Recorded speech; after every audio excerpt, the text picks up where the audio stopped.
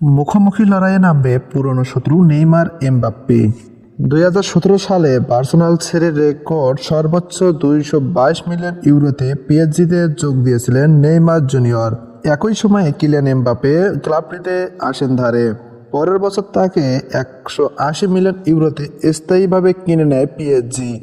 এরপর নেইমার এমবাপ্পের মাঝে বোঝাপড়া ও বন্ধুত্ব ছিল চোখে পড়ার মতো। ধীরে ধীরে উষ্ণ সম্পর্ক রূপ নেয় শত্রুতায়।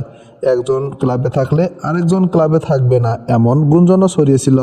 শত্রু হলেও কয়েক মৌসুম একসঙ্গে সতীর্থ হয়ে একই দলের জার্সিতে খেলেছেন নেইমার ও এমবাপ্পে। দুই তারকা স্ট্রাইকার এবার পরস্পরের বিপক্ষে লড়াই নামবেন। ফিফা ক্লাব বিশ্বকাপ 2025 এর গ্রুপিং হয়েছে গতকাল বৃহস্পতিবার মধ্যরাতে, যেখানে এইচ গ্রুপে পড়েছে এমবাপ্পে, রিয়াল মাদ্রিদ ও নেইমারের আল হিলাল। বৈশ্বিক এই টুর্নামেন্টে ব্রাজিলিয়ান তারকাকে তার আরও কয়েকজন স্বদেশি সতীর্থ ভিনিসিয়াস জুনিয়র, রদ্রিগো গোয়েস ও এডার মিলিটাওয়ের ও মুখোমুখি দাঁড়াবে। প্রথমবার 32টি দল আগামী বছরের 15 জুন থেকে 13 জুলাই পর্যন্ত যুক্তরাষ্ট্রের 12টি স্টেডিয়ামে অনুষ্ঠিত হবে ক্লাব বিশ্বকাপের লড়াই, যেখানে দলগুলো 8টি গ্রুপে ভাগ হয়ে খেলবে। প্রতিটি গ্রুপে রয়েছে 4টি করে দল। গ্রুপ থেকে 2টি করে দল শেষ 16 যাবে। এইচ গ্রুপে আল হিলাল, রিয়াল মাদ্রিদ ছাড়াও রয়েছে পাচুয়া ও সালজবার্গ। অর্থাৎ মূল লড়াইটা হবে রিয়াল মাদ্রিদ ও আল হিলালের মধ্যে।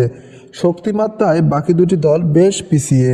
2020 সালে পিএসজিকে উয়েফা চ্যাম্পিয়ন্স লিগ জয়ে খুব কাছাকাছি নিয়ে গিয়েছিলেন নেইমার ও এমবাপ্পে। সেই আসরে ব্রাজিলিয়ান ফরওয়ার্ড ফর্ম ছিল দুর্দান্ত, কিন্তু বায়ার্ন মিউনিখের কাছে ফাইনালে হেরে তাদের স্বপ্ন ভেঙে যায়। সেই সময় পর্যন্ত নেইমার এমবাপ্পে মাঠে ও বাইরে আন্তরিক সম্পর্ক ধরে রেখেছিলেন। তাদের বন্ধুত্বের ফাটল ধরে 2022 সালের আগস্টে, যখন ফ্রেঞ্চ চ্যাম্পিয়নশিপে মন্টেপেলিয়ার বিপক্ষে পিএসজি 5-2 গোলে জয় পায়। সেই ম্যাচটিতে প্রথমার্ধে পিএসজি প্লান্টি পেলে এমবাপ্পে শর্ট কিকে ব্যর্থ হন। পরে আরেকটি প্লান্টি পেলে শট নেওয়ার নিয়ে বিবাদে জড়ান নেইমারের সঙ্গে। একই ম্যাচে নেইমারকে পাস দেওয়ার সুযোগ থাকা সত্ত্বেও এমবাপ্পের অনাগ্রহ করার বিষয়টি আলোচিত ছিল সেই সময়। এইভাবে লিওনেল মেসিরও বন্ধুত্ব দ্বন্দ্ব দেখা যায় এমবাপ্পের। এরপর থেকে নেইমার ও মেসির সঙ্গে এমবাপ্পের সম্পর্ক ক্রমাগত বিষাদে পরিণত হতে থাকে। সেই ক্লাব ছেড়ে এখন তিনজনেই ভিন্ন 3 ক্লাবে নতুন ঠিকানা বানিয়েছে। নেইমার এমবাপ্পের দ্বন্দ্ব প্রসঙ্গ ফরাসি পত্রিকা লেপিকে জানিয়েছেন, নেইমার আল হিলালে যোগ দেওয়ায় 1 বছর পূর্বে পিএসজির কর্তৃপক্ষকে এমবাপ্পে জানিয়ে দেন যে একসঙ্গে দুজনের জন্য একই ড্রেস রুম ভাগাভাগি করা সম্ভব নয়। পরবর্তীতে তার চাওয়া মতো নেইমার এবং ইতালিয়ান মিডফিল্ডার ভেরাত্তিকে ছাড়াই পরিকল্পনাও সাজায় পিএসজি। যদিও সাময়িক বিরতির পর দুজনেই ফের স্কোয়াডে ঢোকেন। 2023 সালে নেইমারের পিএসজি ছেড়ে যোগ দেন আল হিলালে। যদিও এরপরে ইনজুরিতেই কেটেছে তার বেশিরভাগ সময়।